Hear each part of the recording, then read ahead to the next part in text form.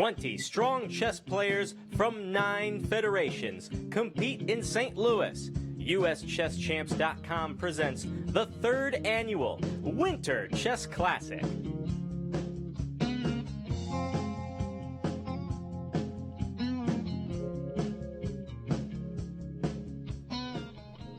Hello, and welcome back to the 2019 Winter Chess Classic.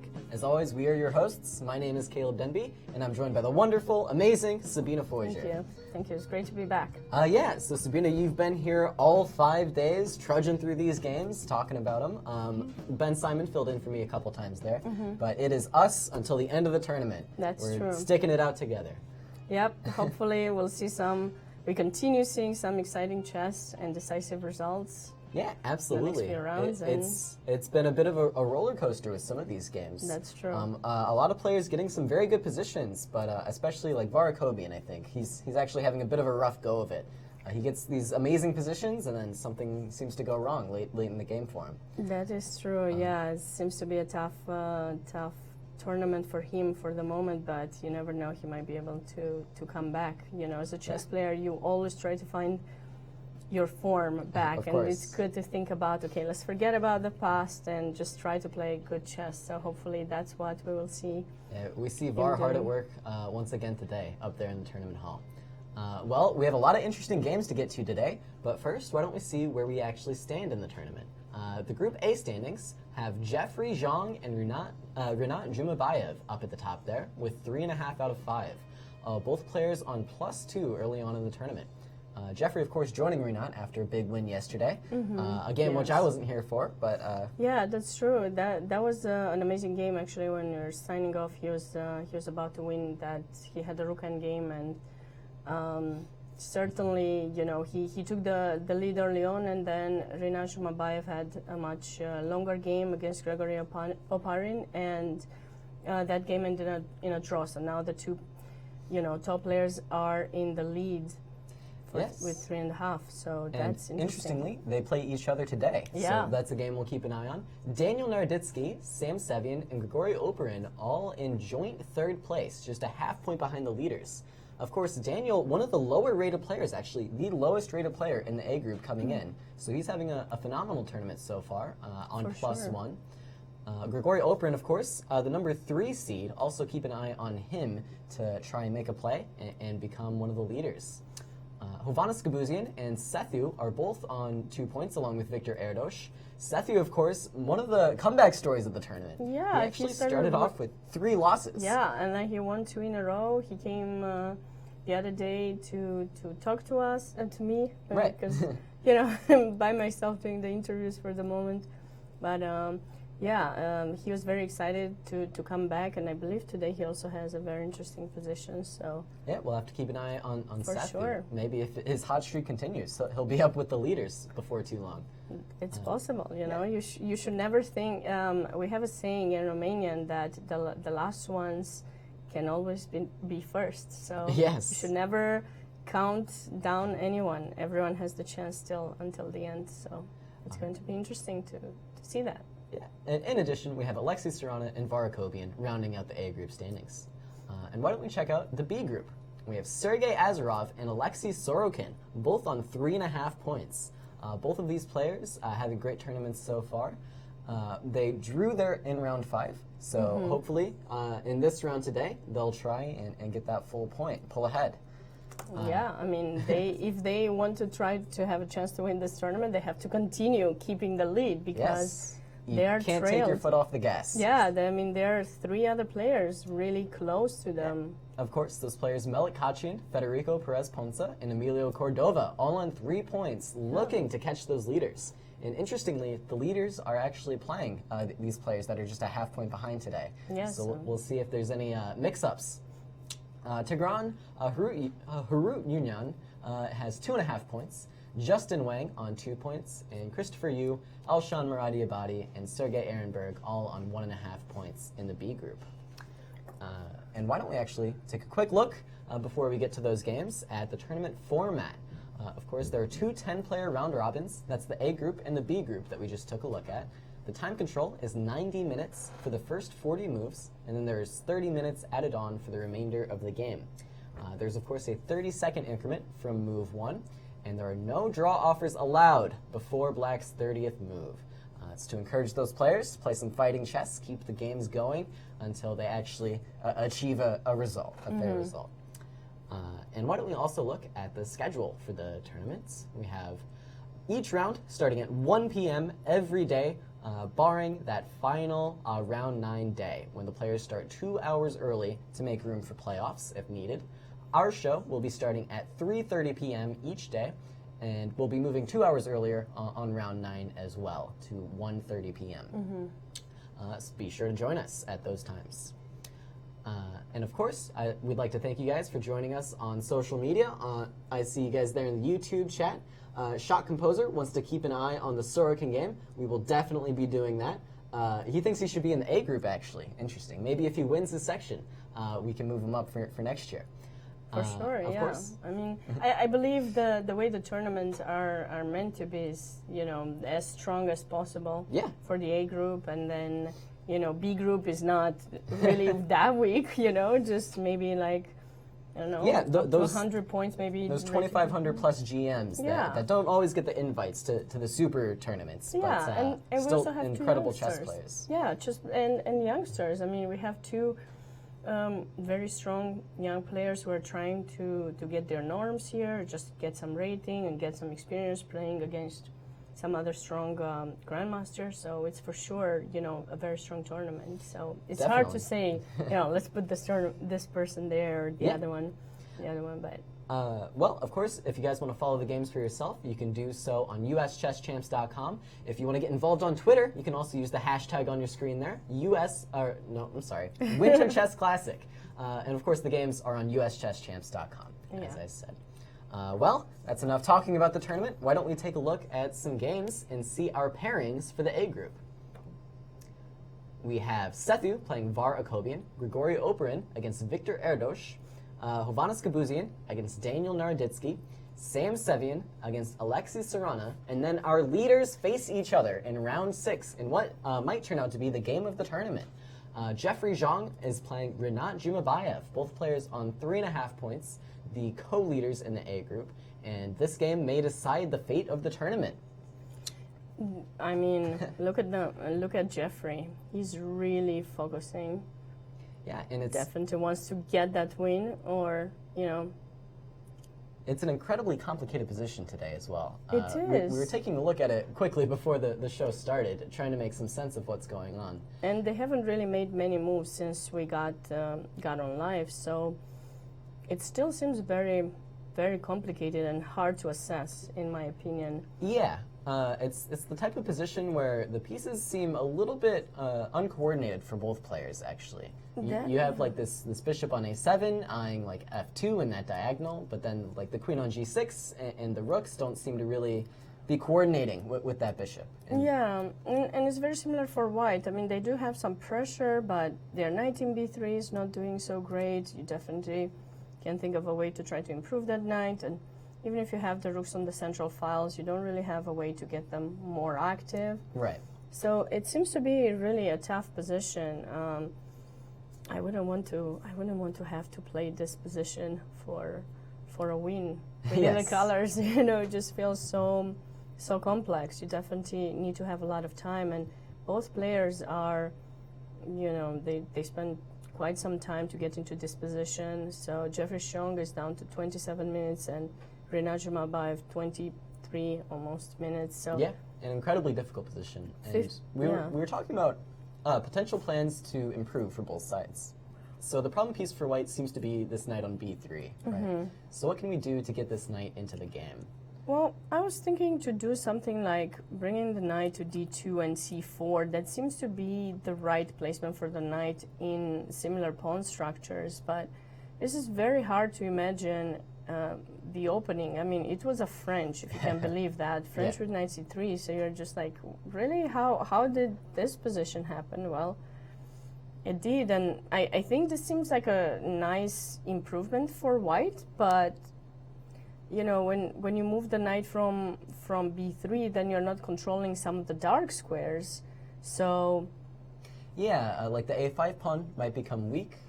Well, when you get the knight in c4, is you get back to it, but maybe some bishop b5s from black, trying to guarding chase that away. c4 square as well. Yeah, guarding the square. It's not, it seems not so obvious on how to progress. I mean, black maybe would like to play c6, but if they do play c6, well, we'll get to trade those pawns, and white is the one who will have, the d1 rook being open. The opening of the position might favor white. One idea I thought maybe is from d2, we might bring this knight actually to the f3 square. Okay. Trying to get it a bit closer to our pieces on the king side. And I would love to see black play this move e4. Of course, black never wants to play e4. Oh, no. But if black were to play e4, then my knight actually does have a very nice home on that f4 square. f4, and d4, the d4 as well. And the whole dark square diagonal. I have so many arrows here. Yes. I feel like Ben in the background is thinking, Sabina, once again, you're putting all the arrows. What is going on? I think he appreciates the multicolor, makes the chessboard. It's kind of interesting, colorful. for sure. This position is certainly interesting. I feel really disappointed for not being able to give our viewers a better perspective than what we have done, but it just... yeah, well, it's the type of position where all you can really talk about is ways to improve, right? There's not going to be concrete, threats that you can really point towards. It's going to be, how is white going to improve his pieces, and what can black do to improve as well? And so for black, we're thinking maybe this c6 idea might be useful to get rid of this d pawn, but... for white, I think the plan very clearly must revolve around improving this knight. I believe so, yeah. And maybe another idea I was just thinking about now, maybe try to get this rook from b8 somehow to b5, and try to, put some pressure. These two pawns have been pushed a lot forward, and so you don't really have them backed up by other pawns. Like usually, say if it would be a King's Indian, you would have a pawn in c4 protecting d5. But in this case, you don't, and you probably do not want to play c4 because that way you're opening up black's, b file. So it seems like it's going to be a pretty difficult position to play. This one looking to be a battle for sure. Why don't we take a quick look at the pairings in the B group actually, and see what we're doing there. I think we actually have some other pretty key matchups. That's in true, as yes, well. for sure. Sergei Ehrenberg is up against Federico Perez Ponce. Tigran Harut is up against Christopher Yu. Melik Kachian is playing Alexei Sorokin, and this is one of the games we'll have to keep an eye on, as Sorokin is one of the co-leaders, and Melik, of course, on 3 points, just a half point behind, with the white pieces, probably hoping to catch up. Alshan Muradi Abadi is against the youngster, Justin Wang. And our key matchup for the day is Sergei Azarov, one of the Group B leaders, against Emilio Cordova. And this is shaping up to be a very interesting game. Cordova, I believe, played a very unique piece sacrifice earlier. Yes, so let's see where we stand. Well, the position where that happened was the one that I just put up on the board. So in this position, if we evaluate it, it just really seems like black is doing much better.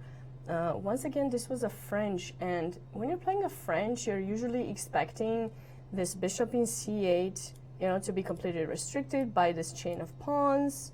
Right. And suddenly, here, we see something completely different. We see black having the center, and it's pretty well protected, and they got their bishop out as well, which is amazing, pinning the knight in f3, and certainly having this idea to push e4. But since you cannot do it immediately because your knight in f4 is hanging, Emilio Cordova came up with this very interesting sacrifice. Knight takes g2 in this position. Yes.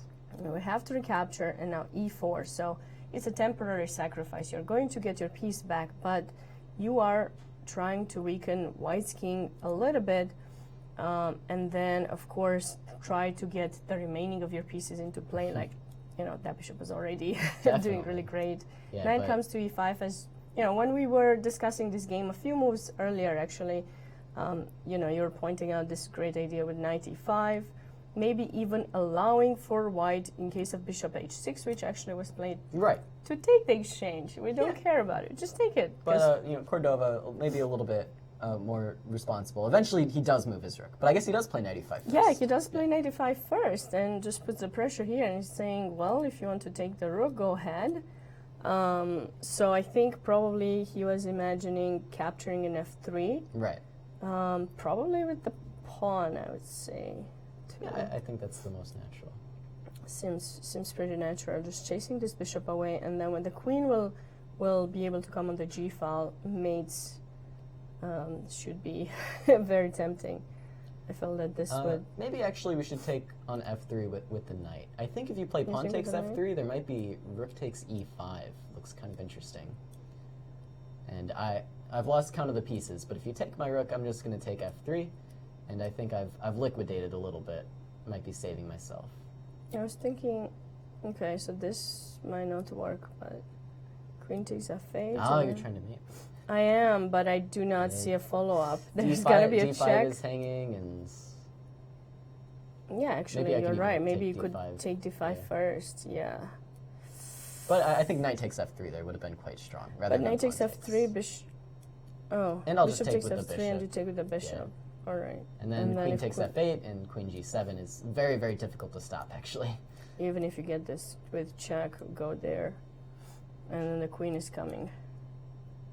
Yeah, and checkmate would be imminent. Yeah. So, of course, white can't take the rook. So this is a great pawn, having it here in f6, because it's defends just... the diagonal, defends the exactly. g5 square. No checks, no nothing, and the king seems safe. So something like this probably we would have seen in case white was going to go for the rook in f8. But Sergei Azarov went for knight to d2, simply, you know, defending f3, not being ready to allow for all that to happen around his king. So pawn takes f3, and now he recaptures, but the problem is he still stays on this very disturbing locked pin. in this pin.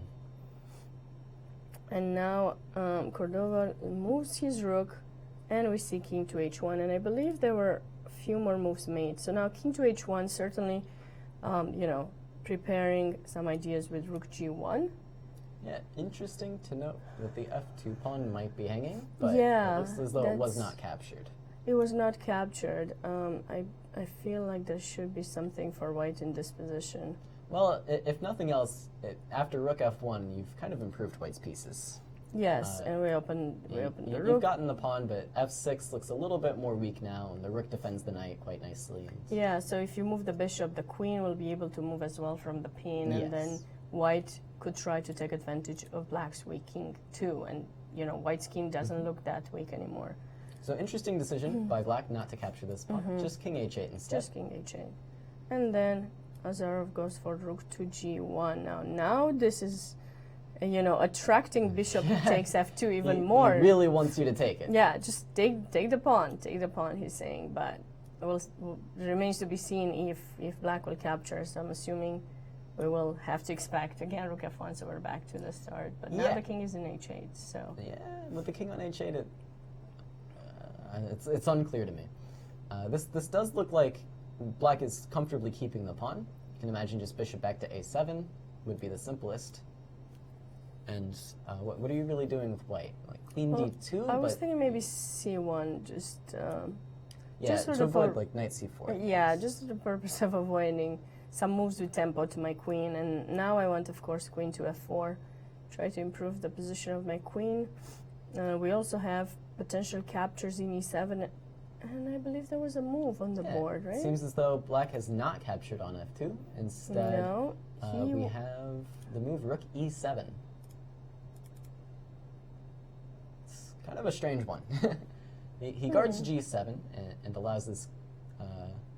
I guess he's just keeping his king safe. Seems reasonable. Yeah. It's and also controlling f7. We might not think about that right now, but if this knight from f3 at some point reaches, you know, there could be some kind of, you know, capturing e5, you know, discovering the knight f7 check. I actually wonder, was it possible here? Knight e5. You kind of have to take. A little, yeah. I guess there's rook e1. Oh, right. So rook g1 was making a threat. Exactly, that was the threat. Yeah. So if you were to take in f2, I wonder if this was possible. Yeah, quite possibly. See. Check. There. Ooh. There's still bishop takes g1. I cannot. I was gonna play bishop d5. But it's not check. It's not. It well, is check it's from not the double rook, check. Yeah, there's the pawn. So. But then, wait. There's I don't know. There's if at it least would a work. perpetual there. Bishop takes rook, knight takes d8, and at and least the black king is looking very, very stuck. I don't think there's any way to control h8 and also give check. Yeah, I don't see that, but obviously black doesn't want this. yeah, but you know, with white you can just give the check and then grab one of these bishops. Plenty You of know, pieces. maybe this one, and then we have 2 pieces. I think I actually want the other one. You want the other one? Because I want to play king f2 and then rook g1. Yeah, but I was kind of worried about leaving this light square bishop. Maybe it doesn't matter. Well, yeah, okay. I mean, this is a bit. Anyways, that was the threat. Yeah. Clearly, we almost missed it, but good, we found it.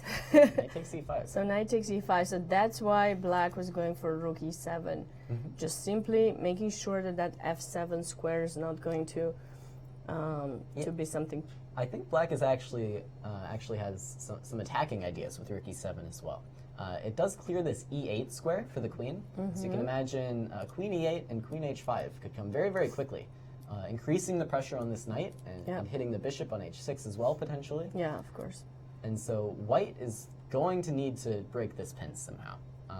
He's kind of on the clock, right? If you give black a couple moves, queen h5 will come and your knight falls. That's true. The only problem is if you're not, you know, every single move you have to make sure that this d5 pawn will not fall. This is a weakness right now. Right. So in the maybe, center. So yeah, queen d7 to f5 could be a better route. Keeping an eye on this pawn. it's possible. So this proves to be a very interesting game. I'm so glad we went for this as the key matchup of the day. And is Sergei Azarov's time really correct? It looks as below though he 2 is minutes? getting down. Just a minute 30 on the clock, and he has 18 moves to play. And this is a complicated position. It's not something. Yeah. So clearly, it's going to. Honestly, I think if maybe there's some way for white to hold on, but this looks very, very difficult. Looks very tough, and going into that time trouble, it's not going to be easy. And they have 18 more moves to go. So. The problem for white is he already gave the piece back. Yeah. And this pin on f3 is still quite relevant. Yeah. I'm not sure how do you even break this pin? I don't see. I don't think he's very happy about this position. We should at least try and find one line for white that doesn't lose, right? Yeah, I'm thinking about it. I just I don't seem to see that much. Maybe you have to play c4 here, but that just gives up the pawn for nothing. Maybe I've created too many arrows. Let's get rid of the arrows to make it easier to think about stuff. The only way to break this pin that I see is to play c4 and queen b3. This is the only thing that I see. But f2 is still hanging, and c4, black can just take this pawn if he wants. With the knight? Or with the pawn? Because both can. With the knight, but yeah, I mean, pawn takes looks very strong as well. Plays h3. This is his attempt. This bishop can step back to h5. I'm anticipating that move, unless there's some tactical ideas. There's knight f3 as well, and taking on h3. Yeah, but I'm not so sure you want to do this. You want to allow so many trades. Right. Then I take d5. Yeah, bishop h5 looks very natural, though. I think bishop h5 should be played. Because now you have no other way to continue pushing that bishop away. So this isn't really solving white's problems. It's just delaying No, them. it's just delaying and trying to get some extra time. I mean, he's on 32 seconds. He was close to losing on time. Of course. It becomes really stressful, I can tell you. I did a few times enter a similar time trouble where I had to make so many moves, and I think it was before even the increment existed. So it was nerve-wracking. So yeah, Sergei Azarov, head in his hands, thinking about this position. So if you're Emilio Cordova here, do you just play bishop h5 immediately, or do you spend some time, make sure you understand everything? You do have that extra time, so you need to spend it wisely in a way, like, you know, make sure your opponent doesn't blunder, given the pressure of time, Right. it's very easy to expect that they could blunder.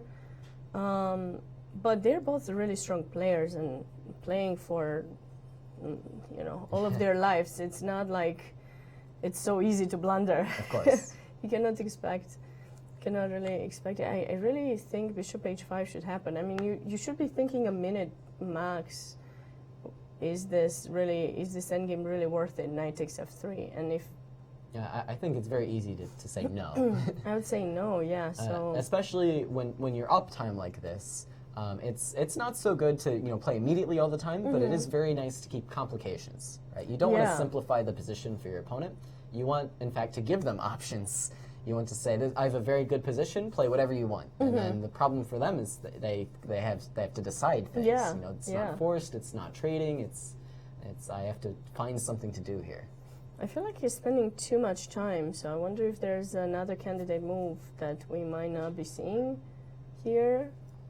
Like trying to get his queen on the h file, maybe?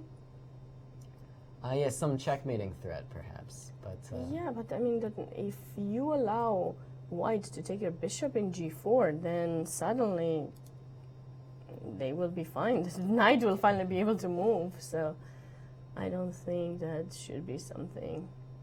No, I mean, bishop h5 is so simple. While we're waiting on this game, why don't we go ahead and look at some of the other interesting games we had? Sure. The other key game in the B group is actually this game between Melik Kachin and Alexei Sorokin. Alexei, of course, another leader in the tournament, and Melik just a half point behind. And so they seem to have achieved this endgame that we currently see. And so white has a queenside majority as well as the bishop, and black has 4 pawns on the king side to compensate for it. And I'm expecting rook takes c5. Seems to be the way to capture this pawn back. I think so, yeah. With the rook, you definitely... Although, if you're taking with a pawn, you have some ideas for the knight to have some, some place in b4, but yeah, I think just with the feel rook like takes... Rook seems the best. You might actually be grabbing a pawn, right? f5 is quite loose. Maybe white has some bishop e3 move to try and get b6 in exchange for it. No, I mean, but what to play here? Where to move the king? I will pick b1. b1 or... That is my square. How bad is d3? Maybe d3 is good as well. You usually want to try to get your king towards the center. Yes. And I believe now that move knight was e7, there's bishop e3. Maybe that's how white is holding on. I'm not entirely sure if black actually wants to give up this b pawn. No, maybe Seems rook quite b5, useful. intermediate move, just attacking b2, and then you will want to take the next move. Yeah, but if rook f2, are you taking on f5? Still deciding. I might play bishop takes b6, right? Yeah. And let's see what's happening with that bishop rook b6, endgame. rook takes, and then b2 falls, and more pawns to come, right? Yeah, So I maybe think this is why my king should be on b1. that is true, but then, it's an endgame, so you usually try to keep your king closer to the center, so maybe, this f5 pawn doesn't seem to be going anywhere. It's on a light square, so you can never really protect it. Maybe with h3, g4, but when you'll do that, you'll create another weakness in g4. Yeah. Right now, you have f5. As you push the pawns more forward to defend something, you do leave others behind, so you have to be very careful. Yeah, my feeling, though, position. was that we need the rook on this kind of rank to attack the f-pawn. Yes. And maybe white can drive it away somehow. They might try. I mean, Melik has played a lot of very good endgames before, and he was probably confident going into this endgame because of black's supposedly bad pawn structure on the king side. We have those double pawns on the f-file, so you're thinking, all right, black doesn't really have a majority, but if you're going to use the f5 pawn, that's going to be, quite some problem. So you need to be cautious here. Oftentimes, with pawns on both sides of the board, the bishop is better, but right now, the knight in d5 is really kind of restricting that bishop, and you rarely see that. Like, you usually see a bishop restricting the knight, but here the knight clearly dominates the bishop. So King d3 was Melik's choice, actually. He did Just to play, put this all right. king. So he played king to d3, okay. Yeah, but now I feel like this knight e7 line looks kind of promising, right? Knight e7, Yeah, I bishop mean- e3, and rook b5. And what to play for white? Maybe Just go back with the king, Yeah, and king but c2 or then king knight c- takes f5. king And, c2, knight f5, oh, and now bishop takes b6. perhaps that. But knight h4 it might be possible. I'm not sure white. I mean, I'm not sure black would be happy here to give up this b6 pawn. I think, Right. yes, that's a weakness, but you'd rather keep that and just take f5. Yeah, for which- example, why not king c6? For example, something like that, yeah. And I don't think white has sufficient time to protect f5 or try to get another pawn, as a matter of fact. So it's going to be difficult now. And yeah, knight e7 was black's choice. It looks like we're probably going to go down this variation. All right. And black's going to end up with an extra pawn, I believe. But with 4 versus 2 on the king's side, I'm not sure exactly how that kind of majority works out. Well, it depends how far you will get to push your A or B pawns. Right. I mean, the B pawn will be lost, the A pawn. So if we're going back on the line that we were just discussing, this, attacking the rook, rook to B5, and rook F2, Well, But, you king know, like- c2 was our choice. King C2? Yeah, because on rook f2 there's No, knight f5. And Yeah, so I was thinking that line, that was the line that you're Oh. talking about. I wasn't sure Okay. if you wanted to go in the rook endgame or well, not. in this one I thought you were losing another pawn, so I kind of gave up on this endgame. You are indeed. But you can try to get some activity. I mean, all the pawns are on the same side of the board, and your king is close by, so there are some drawing ideas. Right. It's not going to be easy, though. Not at all. Yeah. I mean, so a4. But would plus, be the I same. think, oftentimes you want to make these direct moves, especially if you see an endgame where you see direct moves, Yeah. that you often forget to think about candidate moves. And that Yeah. happens to me so often that I feel like I should probably go back here and after rook f2, think about, okay, just make sure that taking in f5 is the only move here, and Right. king c6, for example, is not another option. The idea would be, okay, like, why would I give the b pawn when I can just take that, right? Because we're just discussing it. Right. I'm not sure you can go king to e4, because I would Might just give check me you, a rook check. e5, and then just take the pawn. Yeah. So, it's very easy to be tempted to make forcing moves, but just remember to, if you feel like you're going too much ahead in a line, take a step back and make sure that your line is really forcing and Yes. you haven't missed some other great opportunities. Don't want to miscalculate. Yes, it's so easy, especially in endgames, because you think there's just one straight line, but not always. So looks quite promising for Alexei then. And we do have interesting developments in the Sergei Azarov Emilio Cordova game. Emilio was considering another move. and So, see, I told you. instead of moving his All right. bishop to h5, he has played queen e8, offering up the bishop for free. So of what course, I was think his idea? on h takes, possibly Knight just takes. knight takes g4. And queen h5 would be an unstoppable threat. Okay, so he did see something Yeah, and knight h2, trying to remove the knight would be quite funny. beautiful. Yeah, we're taking the bishop. Just joking. Yeah, that would be quite interesting. But of course, they're not going to see that. And that bishop's off limits. Okay, It so does queen give white the takes. chance, however, to capture on d5. And now how to win? Bring the queen. There's rook d8 maybe. You wanna bring the rook? I want to bring the queen. Yeah, you can bring the queen. but- Okay, so let's look at the candidate move Yes. since we just talked about that. I tend to forget my own lessons. I simply didn't see where the queen was going after rook d8. Maybe b3, but that looks quite bad. I was thinking maybe e4. e4, knight to D3. Does it work? Maybe. Let's find out. It looks like it Yeah. works. Yeah, seems like it is working. It's nasty stuff. And queen b3, maybe now I'll play queen h5. Just continue naturally. This seems very difficult for white to defend. And he actually has gained 10 seconds compared to the other position. Yeah, well, but it's one of those situations where it's like, well, taking the bishop loses, moving anything loses. I guess I'll play this move, which might lose. But yeah, but at least I will lose with a belly full, and meaning, you know. Yeah, this is actually how the game has continued. You got some material.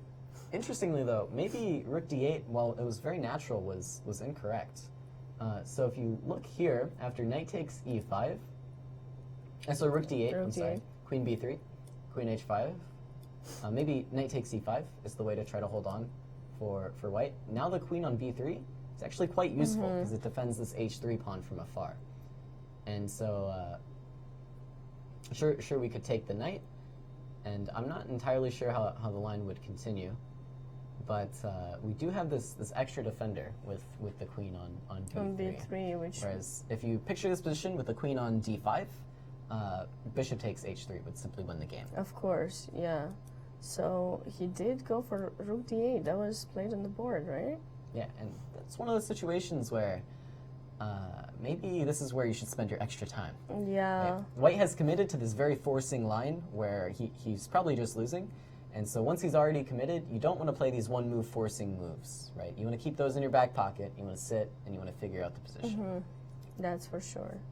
Like, especially when you see the king is weak and you want to attack it, so... Yeah. I think queen h5 here was much better. I think this should be sealing the deal very soon. I mean...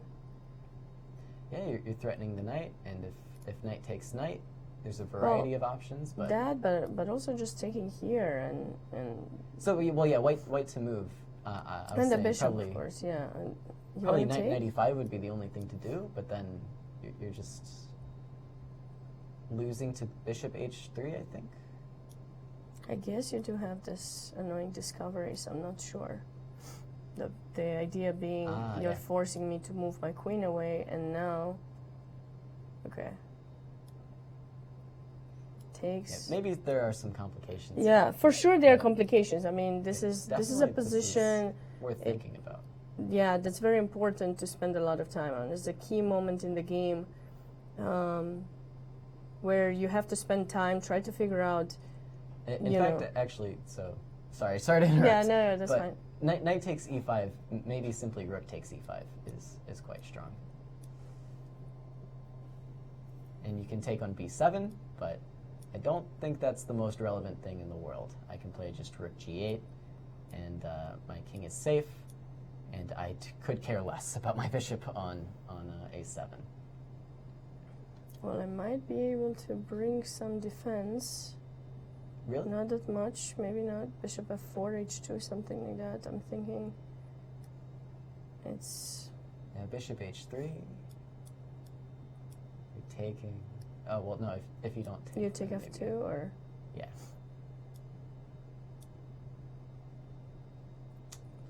Clearly advantageous for black. Yeah. I mean, yeah, it's not going to be made, but... There's a lot of good lines to consider. But, for sure, yeah, this queen h5 would have been probably a better choice, but he decided to go for rook d8, huh? Interesting. And this is the current position, and Emilio Cordova now is thinking. Yeah, it's still, of course, quite pleasant for black, but maybe not all that it could have been. Okay, so where do you want to jump to now? Let us go back maybe to the A group a little bit. I see another kind of crazy position in the game between Gabuzian and Naroditsky. What do you think about that position? My goodness, this is... Seems crazy. I was just scrolling through the positions, and this one seemed the most interesting. Well, it is Naroditsky's move, actually. Knight f2 check is a possibility. Of course, bishop takes would be the only move. But then, actually, queen takes h2 would be mate. So rook takes would be the only move. We need to go with this other knight in f2. That's the idea of e3. So knight df2, rook f2, pawn takes f2, and what's going on there?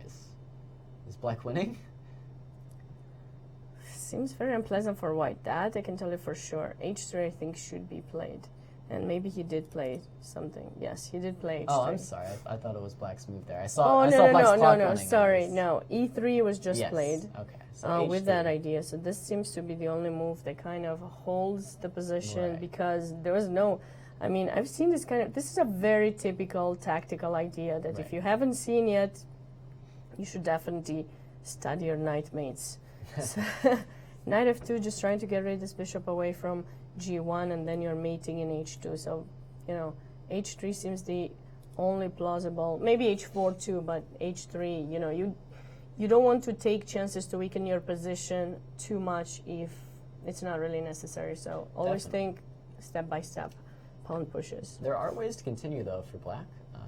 Daniel actually chooses knight df2 check anyways, forcing, I think, bishop takes f2 for real this time, now that mate isn't hanging. And the question is, do we take with a knight? He does take back with the knight, giving check. I have a worry here, Sabina. Okay. My worry is that the next moves are going to be king h2. Black is going to play knight No, g4. they're going to go for this draw. Okay. But I guess After there's my- king g1 for white. After my very exciting decision to come to this game. It's not a true draw, though, because there would be king g1. Yeah, they So could maybe be king g1. knight takes f2, I mean, and king g1 is the way to play. of course you could give the exchange back, you know, but Rook f2. let's see what's happening. Do we have something here with black? It looks dangerous still. Does look dangerous. We still have some checks over here. Well, actually, maybe white can play queen takes f5, and Really? where are your Are you actual sure? discoveries coming from? Are you sure you can make that move? I'm not sure. I'd like to. I put all my pieces on light squares. Claim that I'm safe. No, I feel like there should be some sacrificing g3 and trying to lead for a mate, for some mate somehow. So white has actually given the exchange back, so we're going into this variation. Oh, So I what's always our- feel good when I can guess that. Oh wow, they're already there. Yeah, Can you they believe have that? made Okay, it. so I'm anticipating a check, a rook to d1 check. Yeah, so rook d1, king h2 is quite forced. And Seems, then yeah. you Because you cannot put a bishop here, then you're entering under some other very annoying ideas and pins. So you have to go king h2, and I feel that bishop to bishop d4. d5 is possible. Bishop d4, rather. And these checks, I guess, don't last forever for white. Maybe my king can come to g6. Yeah, for sure. So that's the whole idea. I want to bring the king to g6 and then trying to figure out if I have a mate. That's my goal. Just can't see it yet. But I think maybe queen f5 is the best try. Check. Check and run, and no matter where you check me, I will try to run again. Yeah, I mean, black has this problem of bringing their queen closer to the game. You cannot use the c1 square. e3 is not going to be sufficient because I was thinking of some idea maybe like this and then sacrificing g3, but it doesn't seem to be enough because king takes. And now I don't have, or do I? Let's see, check. I'm trying to get you out with the king and try to utilize my rook on the d file. Yeah, maybe this is a little scary. Seems scary. I mean, it remains to be calculated. I think, though, maybe earlier in the line, white had something, judging by what I've put on my laptop here. Okay, of course, yes. So, what do you rook think? d1, king h2, and now if bishop d4, maybe queen e2 is a possibility. Simply attacking the rook, preparing to checkmate black, and preventing this idea of bishop g1 with this windmill type tactic by putting this rook under pressure. I see. I think the computer's got this one right. Okay. Bishop g1 check, king h1. And there's not much to do for black, really. Yeah, I wanted to bring my queen a little bit closer, but I'm scared of now getting both the rook and the queen into the game. So Queen e8, I think, is king way close to g7. checkmating. And I think I can play rook c7, maybe I take it. If you Oh, take it, no, I'll take no. back, and I have bishop Yeah. f1 to escape, Yeah. to run away. So this is the escape for you. And now white is winning. Yeah, the c pawn would be worth a bishop in this case. Yeah, that. So. So, something else for black then. Can't really put this rook on d1. Maybe simply bishop d4 first. Yeah, but then if you bring the bishop first, yes, you're keeping your rook to keep your king protected, but then you don't really have mating attack. So that's Right. just something that you have, but it's not a mating attack. But you're going for the b6 pawn. You might give up the b7. It gets interesting. I wonder if I could just capture that f5 pawn as we were thinking previously. Yeah, maybe this is just fine for white, if not more. Okay, so I think they agreed on a draw. Yeah, bishop d4 was played, and I saw a handshake. I assume Yes. nobody resigned. So I think this think one it was a ends draw. peacefully for these two players. All right, well, I guess I didn't pick a good one. Well, no, we came just as the complications Yeah. were settled. And we have It's kind of some interesting. very interesting developments, actually, in the Jeffrey Zhang game against Rinat Jumabayev. Decisions have been made. Very important decisions, in fact. So we actually have, the structure has changed slightly. So earlier when we were looking, we saw these black pawns on f5 and e5. And now black has been forced to move this pawn to e4, which gives up some very important squares. I'm not sure if really forced or he just Oh, he just did it himself. did it himself. So he thought that was a good idea, and that's interesting. Usually, you try to keep the double pawns more compact. Right. It makes some sense to keep the pawns on light square just to bother white's light square bishop. But I feel like you're giving up, this square for the knight, which. Yeah, and the game Why? continued quite quickly with knight d4, rook e5, and now we have queen f4 from Jeffrey. So as always, I guess I'll ask: Is that a pawn? Is Can that I a take pawn it? that can be captured? Ah, goodness, it's always so complicated. There will be some discovery here. I can assure you. Right. I'm not sure when. Maybe we have to trade the queens, and now if I play knight takes f5, you'll simply play rook takes f5. But maybe I can throw in rook takes d6 first, trying to gain a tempo. Oh, there's bishop f2. There's Yeah, bishop F2. I think you should be very careful. Or rook takes f2, and then I'm using the windmill. Right. So bishop f5 would be forced, and then No, this should takes be. d6 looks quite good for black. I think so. Unless you're getting some extra pawns, the pair of bishops should be much stronger than the rook. Yes. So what's the line then for Jeffrey? What happens after rook takes d5? What can we do?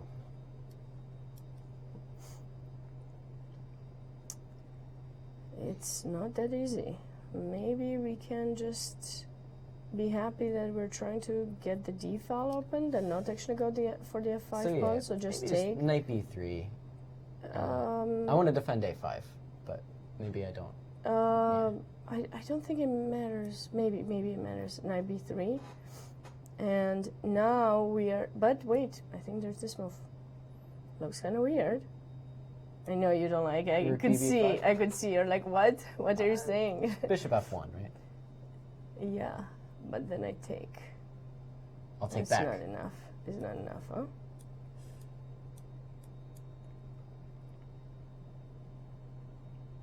Pawns seem to fall, right? Yeah. Okay, that was too much. It looked beautiful to put the rook there, but yeah, with the knight in b3, I cannot do that. Indeed. All right, so. So maybe Jeffrey would get the pawn back on d6. Yeah, my that's idea. probably his idea. I mean, he just wants to take there, going for a6, trying to improve the position of his rooks finally, because the position was so locked down. We didn't think the rooks would come into play, but now. Well, as these players get low on the clock, they are actually playing a bit more quickly now, and we have a few more moves played. I believe see. black did not capture on d5. No, black went for rook. And brought this other Yeah. rook. But now that the rook vacated the b file, Jeffrey felt a little bit better about opening it, maybe. And played And the now he went c4 for, move. all right, so now it makes sense because the rook is gone, but the rook can always come back on that file. And Now now what he's trying to do is just protect his d5 pawn. Black has actually captured d5 now. before it's too late. Yeah, because if you allow for c4, but now a5 is going to be attacked, and if you will retreat with the knight in b3, there will be rook b8 back. Yes. So what happens on these same lines that we were looking at? Trade, Yes, probably. so trade. I'm assuming pawn takes. Pawn takes looks the most natural. Now, do we go for knight b3 again? I think Maybe now there's rook b5. and this is... Wait, I can take not d6. over. Not over. It's not over until we say it's over, and then the knight goes right back to d4. All these intermezzos. So we do have queen takes d6 from Jeffrey on the board. It seems like the only reasonable move. Yeah. So the current position is this is the current position. They are both really getting low in time, but okay, they only have to make 8 moves. It's not that bad. So knight b3, there might be a problem with your diagonal. Maybe rook takes d1 And bishop a4? and bishop a4. I'm not sure. This one the computer wasn't telling me, but I thought, That's okay. I thought maybe. A rook to And b8. yeah, I'm keeping my extra pawn, is the point. Well, that's still a weakness, and this is a weakness that we could try to go Maybe put pressure on. maybe I can take b1, And then go back. play an annoying move e3. Oh. I want to kill you.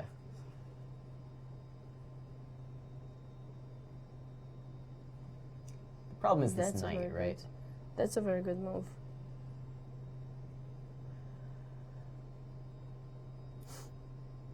So I kind of have to take. I Yeah, mean, if I I allow think for I have to for freeze forced e2 or otherwise. takes is pretty bad. So then you take. And then king f1, I want to play bishop b5, bishop d3, and I think your knight is simply dying. Yeah, that's really beautiful. Restricting the knight completely. You have to go knight e3 and your knight will be dead over there. And then bishop c5 or c1 just wins the knight. Yes, c1 maybe to keep an eye on d2. But so problems for Jeffrey, perhaps. Problems, So I don't like problems. this knight b3 He move, went then. for knight takes f5 actually. In But this this position. is giving the 2 pieces for the rook. Unless he's going to go for rook takes f5 now, rook takes d6. Sure, you can play that, but And if we there's maybe this there's F2, nothing. right? Yeah, that's what we had discussed Yeah. a little bit earlier. So we need to see if that really works because there's rook takes d7. Well, there's even bishop f2, bishop e1. I thought was just the simplest. Just getting this rook, and then Sorry. okay. Oh, you still have an extra piece. Yeah. Yeah, this cannot be holdable. So Okay, more this developments. knight f5. This okay. There have been some moves. Looks like rook Knight takes, f5. bishop takes, and then rook d5, bishop h3 is all on the board. So bishop f5, rook d5. Wait, why did he go for that? I don't think there's a better option. What could you do here? No, why he didn't go for rook f5? He did. No, he So rook f5. no, he went for bishop f5. Really? Yeah, that's why I was like, Well, that's very strange. I know. What are we doing? I guess it's very similar, but I feel like you lose a tempo on this line. The line that he chose. I mean, rather. maybe he's actually winning a line if he goes for this. Maybe he's winning a move. Let's see. Let's compare this position. Maybe that's what he was going to go for, and now white takes in d6. So we could have this position, or we could have this position. The one with the bishop on h3 might be a bit better. I guess that's what he thought it would be better, because the bishop here keeps white's king under pressure. I'm unconvinced, honestly. This d I'm not pawn sure. or e pawn rather might get attacked. Rook a6 is still coming. That's for sure something. But e3, you showed me that move. Oh, That move gets very annoying. I mean, yeah. I love that move. It actually helped me.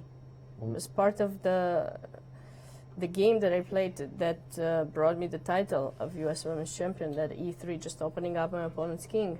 This And now, looks devastating, actually. yeah. Of course, I think e3 is the only move. And, But and then bishop e3 and king h1. But then the bishop to anywhere on that diagonal is simply going to be checkmate. well, you will push the h pawn as soon as I move my lights for Right. bishop. You will push Okay. the h pawn for sure. But there's this move rook b8 yes, to think about. take my bishop, take my bishop. So die back ranking. And now we want the rook to b2, which seems very annoying. And bishop g2 is checkmating. I'm not seeing how you will defend that. Oh, no. Rook d3 maybe? You just try to harass this bishop until it leaves? This is not good for Jeffrey. I don't think so, no. He doesn't get to take a6. If he doesn't get to take that pawn, these bishops could be very annoying. But maybe he can just, you know, follow this bishop as you're saying, and there might not be, although bishop f2 doesn't seem... Yeah, I have to play rook ed1. And then try to use the d2 square to trade. But what about bishop g4? Bishop f5. Oh, you have this check now. Yes, for the moment. But here's a move. King g7, right? Just step out and then what can happen? e3 is on the board, as we expected.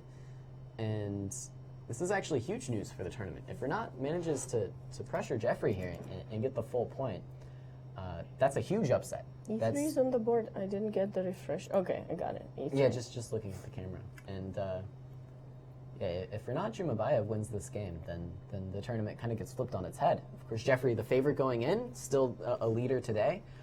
If he loses here, this is going to overturn the tournament.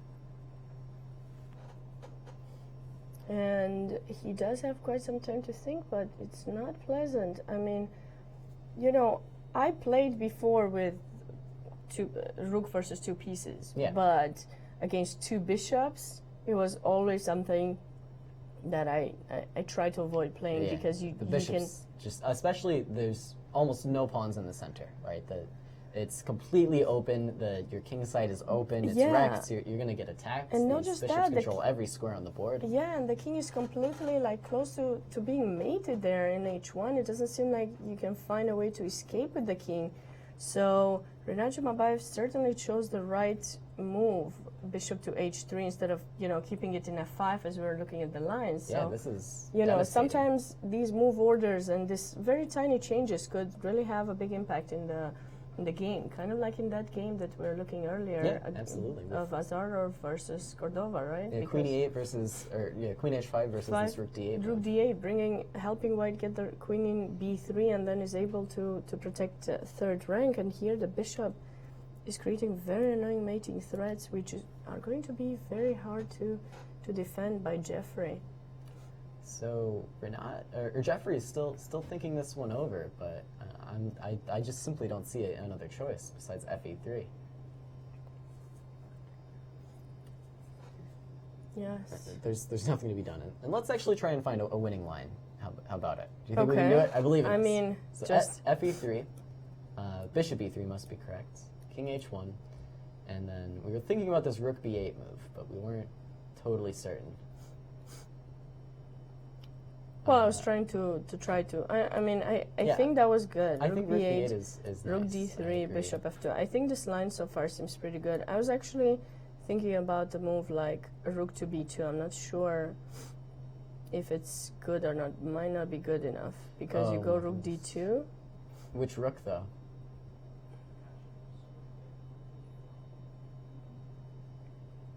I'm not sure.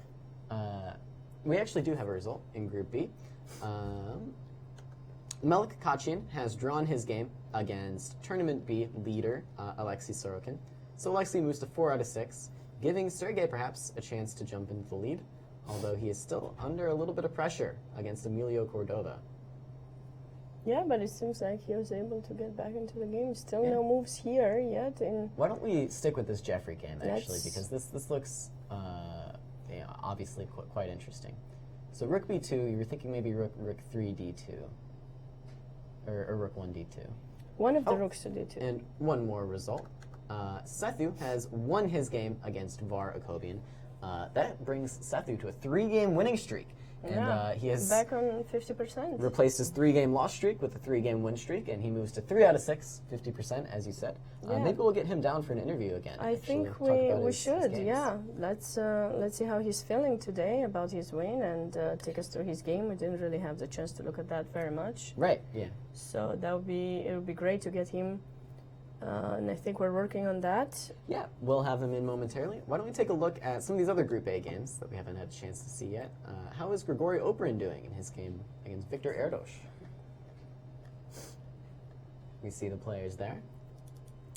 It looks as though Grigori has the 2 bishops, but Black has a very comfortable space advantage on the queen side. And perhaps this is not so good for Grigori, is my feeling. That's a plan that eventually you want to do, but you will wait. You're not rushing for that, for sure. But White does have the pair of bishops, which they're about to trade. Yeah, and the problem is you don't really want to be left with this light squared bishop. It's a little bit boxed in, both by these black pawns, very nicely placed, ending in c4, and your own pawn on e4 also keeps this bishop very much out of the game. That's true, and you often can think that if you're going to stay with a bishop versus a knight, in most cases it should be better, and you see this knight in a4 and you're thinking, whatever, that knight is badly placed, but no, that would be a really wrong It's quite thought. strong, yeah. It is very strong. It's putting pressure on c3, which if you're going to trade the dark square bishops, it's going to be a pawn to be looking out for. Definitely. With one of your other pieces. And this knight also can come very easily into play back to c5, maybe d3, or just be placed in c5 and support the majority on the queen side. So yeah. Well, while you take a look at this, I'm actually going to hop out of my seat here, and we'll get Sethu in for an interview. All right. So certainly this is a very interesting game here. We have a move by Victor Erdos. He went for bishop to e5. And then we immediately had a response by opponent. Both players are really very low on time, so we're going to expect fast moves in this position. g3, trying to improve the position of that light square bishop. We were talking with Caleb a little bit earlier. Try to play some f4. White does need to start pushing the pawns on the king side here because that's where they have the majority. And we have Sathuraman in the studio with a very nice win today. Congratulations. Thank you. You are back on 50%. Yeah. After 3 losses, you're back to 3 wins. Yeah. How does it feel? Yeah, it feels good to recover. Okay, of course, I didn't predict to lose 3 games and then win 3 games, but it's fighting, yeah. Yeah. Was there anything that you have done to try to get back into the tournament? We were talking a little bit with you after your first win, I think, but yeah, probably I was not preparing much and I was relaxing a bit because it's already my 3rd tournament, so I relaxed a bit and then probably I was good on energy level, so probably that worked, yeah. Were you jet lagged a little bit and traveling from? Not really. I came from Europe, so it's my 3rd event. Like I played in Isle of Man and then in Bad Wheezy and then here. Yeah. So it's not jet lag, but it's tiring. Really exhausting after 2 strong tournaments. Yeah. So you just try to just relax a little bit and play some good chess. Yes. It's good to see. So take us through your game today. Did you? VAR is usually playing the French defense. The French. So is this preparation? Yeah, till probably a lot of this I already played in Isle of Man in the 2nd round. Okay, A3 was quite interesting way to. I mean the new trend. Yeah. Yeah. So generally they play queen d2 b5 and then it goes kind of. Yeah. That's a lot of theory over here. So A3 is quite interesting. So bishop, takes. Yeah, bishop c5, queen d2, long castle. In the previous game, I mixed up the move orders with long castle, and then against Danielian in the Isle of Man. Okay, so you went for long castle here. Yeah, then she took on d4 with the bishop, and then she took on b4, and she got some counterplay with b5. B5, b4, coming fast. Yeah. Well, it's clear that you're going to castle long anyways. Yeah, so h4 is quite accurate move order, so today I didn't mix it up, so... okay. So this was nice because the difference is if h4 if he takes with the bishop on d4 instead of knight d4. Okay. Then I have not long castle, so I can even go short castle sometimes, like after bishop f2 or something. Yeah. So you'll just go back and then bishop. Do you put it in e2 or d3? Probably d3. Yeah, right? d3 probably. Yeah. D3. The least case. Yeah, I have so many ideas. Yeah. So this is a right mode. So in the game he played knight d4. Yeah. Bishop d4, b5. b5, yeah, it's all normal. And so, well, now you cannot really castle short anymore because those bishops will be traded. So yeah, you're kind of yeah, worried yeah. about. So I have to castle h4. long, and I have pretty good attack compared to his. Yeah. Mm-hmm. So Rook b8 is b8, normal. you Takes, have to takes. take. Knight c4, queen d4 is, I mean, preventing b4. So it's all quite normal. h5. Yeah, until here I prepared kind of. I was in my preparation, and here black has to play h6. I mean, stopping my h6, and then rook h3, and it's slightly better for me. Rook h3. Okay. Yeah. What about ideas with g4? Yeah, it's coming After. sooner, but Making sure yeah, third rank is yeah, well protected. Also, I and have ideas like b4, like in the games, always, like when he plays bishop d7. So it's slightly better for me. That's how my preparation ended, kind of. okay. So bishop d7, I think it's a mistake, just I think losing on the spot. Because after H6. g6, b4. Yeah. Now this is very weak. It's Yeah, yeah. b4. If knight b7, then I can take on d5. knight b7, but knight b7 nobody really wants. Yeah, to play but knight I mean, b7. if not to lose the pawn on e6, yeah. So this. Yeah, takes and and then e6. this, It's yeah. just winning. Tough. So Yeah, he so has knight to a4 play was knight played. Here also I a4. had this option of taking on d5, but it was I didn't want to risk. Yeah, so e6, yeah, knight queen c3. So e d7, queen a3 check, king d2, queen b2. Okay, still white should be better, but okay. And I mean the game looked quite simple, so I thought white will go here. It was not necessary, I thought. Yeah, he does have quite some weaknesses over here. Yeah, If the knight still needs should be to better, stay of in course. Yeah, a4. you can take on rook a1 maybe. I mean, but okay, Yeah, but yeah. in the game, what I played was quite simple. So you just went for the trade. Yeah, I mean, trade and then take the pawn. yeah, and now it's going to be very difficult for black. Yeah, we Yeah. have seen this position. Yeah, it's already. I think it's clearly better. Yeah, for you me. have an extra Yeah. pawn, and it doesn't seem like black Yeah. has any way Yeah, to. Also, he is not getting rook c8, so he has Yeah. to trade the bishop. It was Yeah. kind of forced. Yeah, but this is also typical. But with the pawn down, is certainly Yeah. going to make his life more difficult. Rook And h3, then- and I found this nice idea with c4. Yeah, this rook h3, rook c8, rook d2, rook b6, and c4 was nice. Trying to do that. I think. Yeah, rook c6 is coming, so c4 was quite nice because if he takes with the pawn, then queen d7. Yeah, It's, now this pawn is yeah, going like to queen be your b8 and shield. queen e7. Yeah, and it's mate. Yeah, kind of. Yeah, just getting Yeah, queen this. f6 is coming, rook d7 is coming. Yeah, and if he trades, okay, this Yeah, this trades should it be. just should be. I mean, if rook b5 for instance, then I can just go king c2, like rook d5, then takes king c3 maybe. c3, and then you Yeah, it should have be to winning. bring your rook. Yeah, king f8, king d4, and yeah, should be winning. I think. Yeah, the pawn will fold. I This mean, one in can this come case, I back. maybe Yeah, have some yeah. better options. I don't know why you want to give up this to let your opponent with those two pawns, but maybe it's fine. Yeah, maybe have some of the better options too. I thought this should be winning as well, like king d4, king e7, for instance. I just can take and c3 rook Rook h1, and you go yeah, back should be to winning, to block it. Then you're coming Yeah. right back with the king Yeah, through. yeah. Through, yeah. He by one tempo he doesn't make it to protect the d5 pawn. and Yeah, it's kind yeah. of- But then b5, I have rook a. I mean, same idea, and it should be losing. Yeah, this c4 looks nice, Yeah, and it's now very queen nice, takes, yeah. and And I really wish I could play rook c6, but Yeah, you but just then got c5, c5. yeah. Yeah, this is just very annoying. yeah, just So yeah, I saw this And now rook ending should be c2. winning. So rook c4, king b2. Yeah. all right. It seems like we have just a new result. Sergei Ehrenberg drew against Perez Ponsa, so we're gonna be looking at that game a little bit later. All right. Rook takes c4, Yeah, and king now king yeah, b2. Yeah, this ending and you should have be the winning, I thought, yeah. furthest away pass Yeah, pawn. like for instance, if we place d4, then I have rook h1. It's lost. Yeah, but d4. Yeah, I mean to stop rook c3. I mean, okay, I mean just some options. Probably Yeah. still it's. Then you go rook yeah, h1 and yeah. you come rook Yeah, c1, yeah, it's and lost. then you go back Yeah, for but that pawn. like already the position is quite. And here, you're just offering the trade. Yeah, Oh. rook f4, b. No, he cannot take because b5 and king b4. You have b5, king b4, king and then you b4, take yeah. this pawn and you're in the Yeah. box of the pawn. Yeah. All right.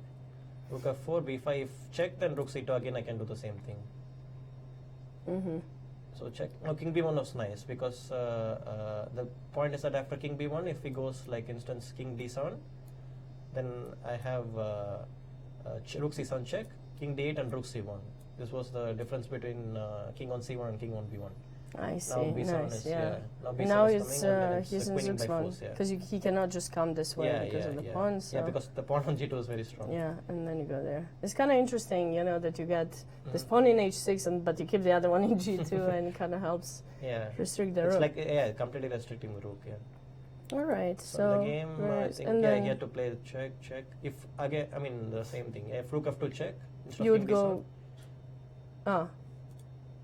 Where would you D7, go? king D3, rook B2, rook C8 check, king D7, rook C7 check, and I take on F7 and it's losing. And if I go back? Yeah. Oh, you just B7. Yeah, no, this rook B7. C8. Yeah. So if you go Still, king, I mean, pawn on G2 like prevents all this rook B3 check and rook H3. It's actually very strong. now you take there, and it's Strongly it's placed, known yeah. that this Yeah. pawn can be very annoying Yeah. in It's an lost, endgame, actually, and because then it's not in time. all right, after king D7, Yeah, and then you're king able D3 to I think just is enter, and losing. Yeah. very very nice game, and yes, Thank you. congrats for your win. Thank Nice you. nice comeback in the tournament. Yeah. You have three Three more points, of rounds. course. It's Yeah. in 3 more rounds. How Yeah. do you feel? How do you feel about the last three? Yeah, three hoping games? for a good fight. Like I don't know, like it's 3 losses and 3 wins. It's like been fighting. I've Okay. been fighting really well. So we're hoping for a better finish. Yeah. All right. Well, we wish you good luck. Thanks for joining us today and taking us through our game. And we'll see you. Hopefully, we'll see you again soon. Sure. Thanks. All right. So, well, we have had that result, as I mentioned. Grandmaster Sergei Ehrenburg drew his game against Perez Ponsa Federico. This was the final position of the game, and they agreed on a draw on move 36. Pretty blocked up position. It doesn't seem like white can have any ways to improve the position of their rook, so they went for the draw. All right, and we should go back. Caleb is coming right back, joining me. Of course. So Jeffrey has not taken on E3 as we expected, actually. Yeah, so let's see how things have progressed since the last moment we have seen this position. E3, king to H1. Wow. All right. Wow. Very unique defense from Jeffrey. Feel here. free to promote. I don't care. My I'm joking. goodness. It's check. So now rook to D1, deciding to give back the exchange in F1 when you promote. But I mean, not the there's exchange, the rook. I mean, a better move for black, there's a unfortunately. better move. This bishop. This Perhaps is, Jeffrey was hoping for F1, in which case I think he actually has pretty good chances to hold the endgame. Yeah, But, I mean, queen, capture, bishop takes. Well, I'm not so sure if he has that many chances to hold it. but Because this pawn will be lost. All I need to do is just put my bishop in b5 in case you're going to protect your rook on 5th rank and bring my bishop. I should be able to capture. I mean, but for sure, bishop d7 is a much nicer move by black here. You need to play king g2, and now you lose the rook that way. And now this is our almost our current position, but I do want to mention our key matchup of the day in the B group has officially ended. Cordova let something slip there, and Sergei Azarov actually escaped with a draw. Oh, wow. So huge surprise there. Of That's course, for sure, yeah. we were talking maybe Cordova rushed things a bit. He had 20 extra minutes on his clock, and instead of taking his time trying to find the crushing win, he lets Sergei escape. And Sergei, playing very accurately under time pressure with just seconds on his clock, made it to move 38, and that is when Emilio decided to call it. Just call it a draw. I wonder if we could have one of the players join us. Yeah, maybe if we could get Sergei down here. Yeah, we have not had him. Yeah, we haven't talked to him yet? We haven't talked to him yet. Let's see if we can still catch him before he leaves. Of course, Sergei going to be at least in joint first after today, tied with Alexei Sorokin up there on the top of the Group B leaderboard. All right. And so things looking just dead lost for Jeffrey. I'm sorry, we didn't end up It's tough. saying. We did not expect for this turn of Yes. events, and it's kind of tough when you're playing white pieces. You're the leader. You're also #1 player in the event. I don't know how much pressure he puts on himself. We had him twice for an interview, and he seems very confident in general, Yes. and not stressed out about it. Like, it's good. I feel that he has a very good way of approaching the game. Not too much pressure. At least he doesn't show it. Right. But certainly now he has a very tough position. If he managed to defend this, it'd be great. But yeah, I can't imagine a world where it's very difficult. It's very difficult for him now. Yeah, unfortunately, Jeffrey's a tremendous player, of course, but his opponent is as well. And why don't we check out some of these games in the B group that we haven't seen yet? Let's do that. We have this game between Alshon Muradiabadi and Justin Wang, one of the youngsters in the tournament. What is happening in that position? It's been a while since I checked it. Things don't seem to be going so well for Justin. Okay. So White seems to be up a pawn, and with this last move that's been played, rook to b7, putting additional pressure on Black's two weaknesses. So a7 and f7. Aiming to get a second pawn then. Yeah. I'm not sure if there's too much to be done about it. Yeah, you have to see exactly how you take it, because of course there could be some ideas with bishop c4 trying to look at e2 pawn, but if you have the rook on 7th rank, which is really awesome, you always have the ability to play rook e7 and just protect your pawn, so that would be certainly something to expect from White. Shaping up to be a technical endgame that hopefully we'll see Alshon be able to convert. Yeah, that would be great. It seems like, unfortunately, Grandmaster Ozerov has left the building. We didn't catch him. We didn't catch him in time. No worries there. We'll catch him on one of those days when he manages to win. For sure. What other interesting games do we have? Yeah. What about Harutunian against Christopher Yu? So this actually looks quite interesting. Christopher Yu with some very active rooks and some pressure on the white king, actually. I think he's got quite a nice position here. So it is Black to move. Rook h2 was White's choice F2, at some point. And then Rook f2. Yeah. Rook f2 has just been played, and this is our current position. So what's to be done here? Knight h6 looks like a pawn, if we want it. But we can take that pawn at any point. Yeah, I mean, this pawn is in Black's territory, so for sure they can capture it any time, but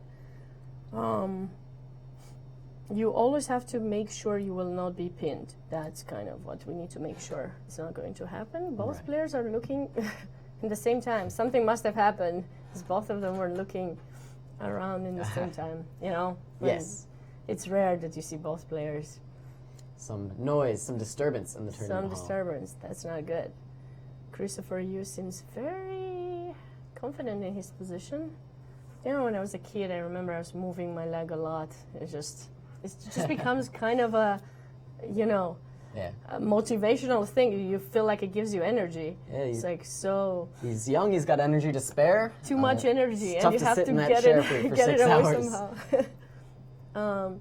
So, what is going on? He's probably thinking about potentially capturing the pawn. Black has a few options here, right? You can trade rooks first of all, and simply play king takes h6, and you will in fact be up a clean pawn. Maybe that's the simplest. You can also just play a move like either rook to f4 and kind of keep the tension and allow White to actually be the one to capture.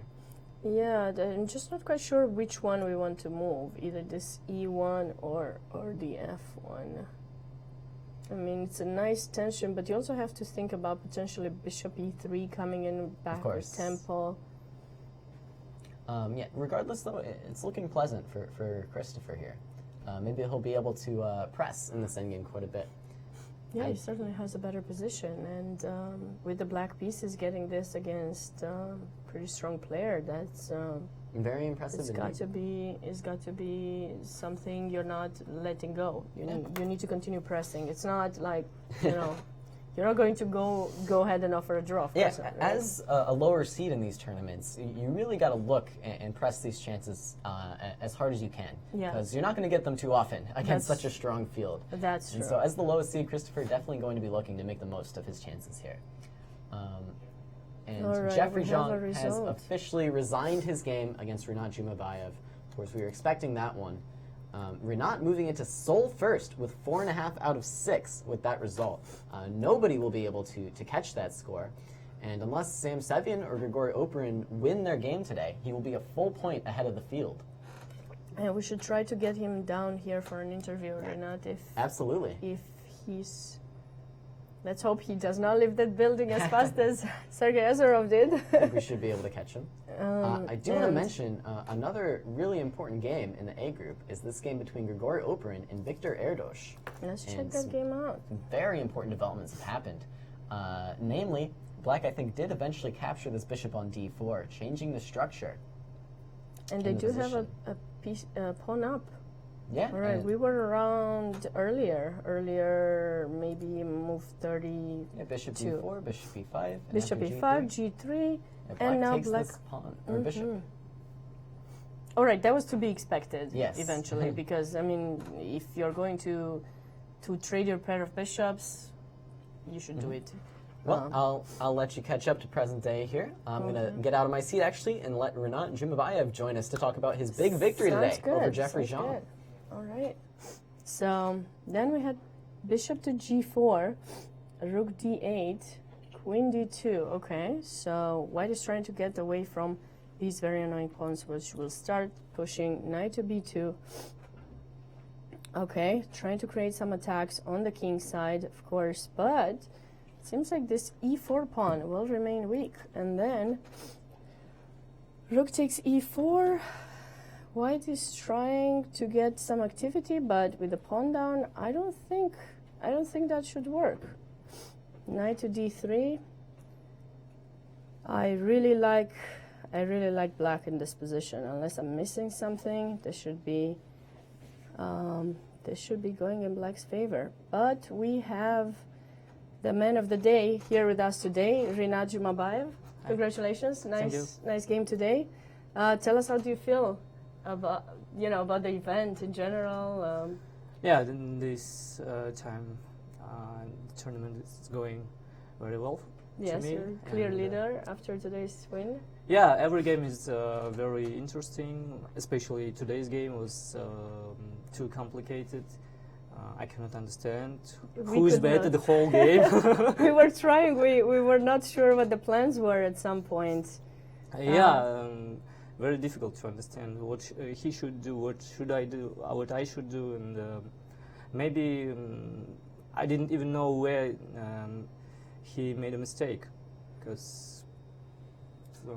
So, were you expecting this opening?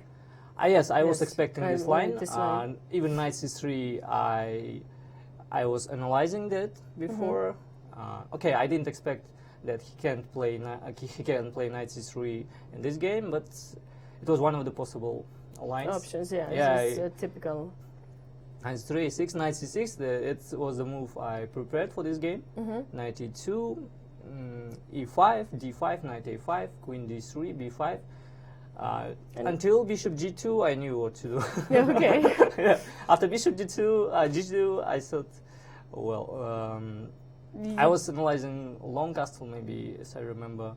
For what? Instead of bishop g2, yeah. Long. It was position is still very unclear, and okay, maybe it's dynamic equal position, but he has some ideas. I have some, and okay, I have two pair of bishops and potentially strong center, but he is better developed and very good chances to attack my king, because my king is in the center. All right, but so bishop g2. Yeah, rook was b8. I think I have to make this move. Castle f5. I have to play f5, because if I don't play f5, he can fix me on the white squares, and it would be very unpleasant position for me. Yeah, and of course this seemed like a very natural move for white. Actually, I just have to say that we have a new result in Group A. Sam Savian drew against Sarana, so that's another game that was finished. But let's get back to to this one. So a4, b4, but this move, like, this didn't seem so clear to us. Was this better for white or black? Because sometimes it's typical, but then suddenly these pawns, they're just kind of not so well protected by white, by another pawn. You don't really have like a clear chain how you're going to to improve this? I mean, you're blocking the position on the queen side in a way, but do you think maybe a4 was not something that white should play here, or? No, it's also a good option because he cannot. He doesn't want to. I play knight c4 because maybe after knight c4 I can take on b2. Maybe my knight is going to d6, or after e4 even to a5 somehow at some moments. Maybe it's very difficult to understand how to play. Maybe bishop h3 was the principal option. Yeah. To try to make you make a choice and play this faster. We didn't think you should play this move with black, but it proved to be a really great idea. Because I cannot protect on f5 and because of e4, but I have some forced ideas here, because if queen d4 I can play bishop f6, if queen d2 knight c4, and it's maybe bishop g5 also.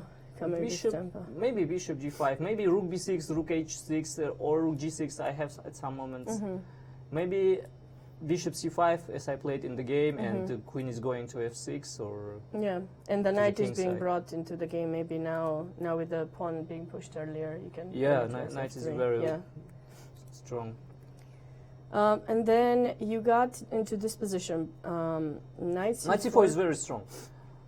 I didn't see how he can play, because after bishop h3 I can play e4. And it doesn't seem natural that white would want to trade your knight in a5, but it's amazing that I cannot play e4, because after bishop e4, then your knight is hanging, right? Can you take now? I can take. Then queen takes and bishop is hanging. No, maybe it's the main line to take on e4 instead of c4. Queen e4, king f8, knight a5, bishop h3, but after knight f4, bishop f1, rook f1, I think I'm worse, because queen b2 is not working because of queen f5. Knight e6, knight c6. This position is very dangerous for me, maybe. It's kind of interesting that in your game you ended up winning with a nice pair of bishops, but here the pair of knights could have caused some trouble. Another result. But okay, so it makes sense to go for the trade, and this was about the time that we got in live, and we were looking at the position, trying to think what are exactly the plans for both colors, because of course you are. White is improving the position a little bit, but then you have the queen in g6, protecting your king. Maybe you're going to push the pawns. That was something that these two pawns I thought white was to be worried about. I thought maybe you should play a5, not white, but I don't know, maybe that proved to be a weakness for him to play a5, having the pawn. No, it's not a weakness. After white plays e5, a5, bishop a7, my a6 pawn can be always hanging. That's after rook true. e1, bishop f1, and any endgame position can be worse for me because of the a6 pawn. True, but it makes sense to play a5 with white. The other question, I could play a5 before instead he plays of queen a5. g6, like here. Instead of queen g6, or before that, instead of castling, maybe at some moments. But here, knight g2, I didn't like. And that was the piece c4 and white d6 pushing, and maybe b3 too. And b3 after that. And my a5 is also weak because I cannot move my bishop on b6. And we got into this position, and we were surprised. I think rook d1 is a mistake. I think rook d1. He played very fast. Maybe queen h5 is a principal move, because I cannot play queen g6 because of take, and d6. And this in game could be worse for me. That definitely trying to get this rook into play is important. Yeah. So rook on d2 is well placed, and the bishop f1 is going. Then your bishop will be not the best blockading piece. Probably there. So maybe this. I was calculating e4, knight d4, and rook e5, bishop f5. This becomes very messy. Yeah, it's Maybe a very strange position. can you take and queen g6? No, Sec. this game is worse for me because You don't I'm get to pawnless, win yeah. that, yeah. If I take on f5, knight f5, queen f6, g4, I was calculating that, and I had something. No, I made a mistake. Instead of rook e5, after knight d4, I can play queen g6 here, because there's no d6 after taking. Because the after knight taking is queens. blocking. Yeah, And, okay. yeah. That was my main idea. Very interesting, a very interesting game. And then it seemed like he didn't really make many mistakes, and suddenly you're getting into a position where you know, you're kind of forcing to win the Maybe at two some moment, yeah. two bishops for a rook, and that e3. I really like the e3 move that you made, and also bishop d7. The Yeah, final bishop move d7 here. was Bishop very d7 is very nice, and beautiful. I was happy that I found that. Yeah, And, because maybe here white has some chances after promotion takes to hold somehow. yeah, maybe It's maybe I'm difficult, not but- even better. But bishop yeah, this yeah. game could be a little bit dangerous without the rooks. And I played this because I have f2 pawn and some mating ideas. But that was a very beautiful final move, and that puts you on top of the Thank you. standings. Thank you so much for joining us today. Thank you. And we wish you good luck in the next rounds, and we hope to see you back here. Thank you. All right, thank you. All right, so we have the standings right now. On the first place, Rinat Jumabayev with 4.5 points, leading the tournament by 1 point. Next, Jeffrey Shong, Daniel Naroditsky, and Sam Sevian, both with 3.5 points. And we still have Gregory Oparin playing his game against Viktor Erdos. We'll see if Gregory will get back to, you know, to be closer to the leader. And Yes. Thanks for joining me back. Yeah, I'm Caleb, back in the sorry, chair I kind to of went a round out little the bit. show. You took my job. I'm so sorry. No, that's okay. So as we were saying, Grigori Oparin, last we checked in, we actually think he's just losing in that end game. Yeah, it was kind of tough. So it For looks like after today, those top 4 players are going to be by far your clear leaders, with Sethu actually being number 5 on 50%. Yeah, there's a very nice comeback for him. Yeah, and we have Alright. Hobana Skabuzian, Victor Erdos, Alexis Serrana, and Barakovian rounding out that A group. Yes. Let's what- check out the B group. Yeah, of course. Sergei Azarov and Alexei Sorokin maintain their leadership positions, both only managing a draw today. And actually, I think both were under some pressure at points. Yeah. But especially Azarov in that game. He they was, losing it. Just Yeah, losing we against thought Cordova. he was losing, so it should be good for them. It should feel good to get a half point, Yeah. stay, you know, in Yeah. first place, and then Get that half point, put that game out of your mind. Let's Yeah, just forget pretend that about didn't it. happen, Yeah. and then move on to good chess tomorrow. Melik Hachian, Federico Ponce, and Emilio Cordova all stay just a half point back. It's anyone's tournament here in the B group. Tigran Harutunian is still playing against Christopher Yu. And Justin Wang is still trying to hold against Elshan Muradiabadi, although we think that game is looking quite good for Elshan. Sergei Ehrenberg also drew his game. And so why don't we check back in one last time. We see those players there. And Elshan seems to be up a clean pawn in a rook endgame. And I don't know. Do you know your rook endgames better than I know mine?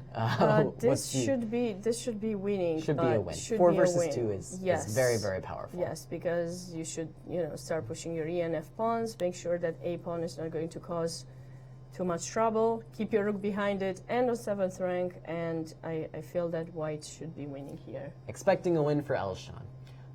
Well, we'd like to thank you guys very much for joining us here today. That's just about it for our coverage.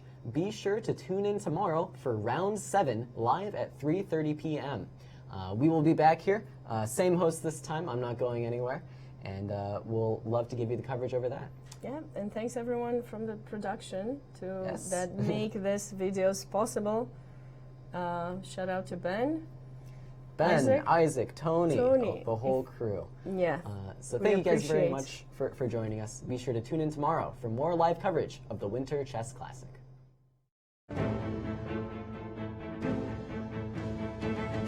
This has been a presentation of the St. Louis Chess Club.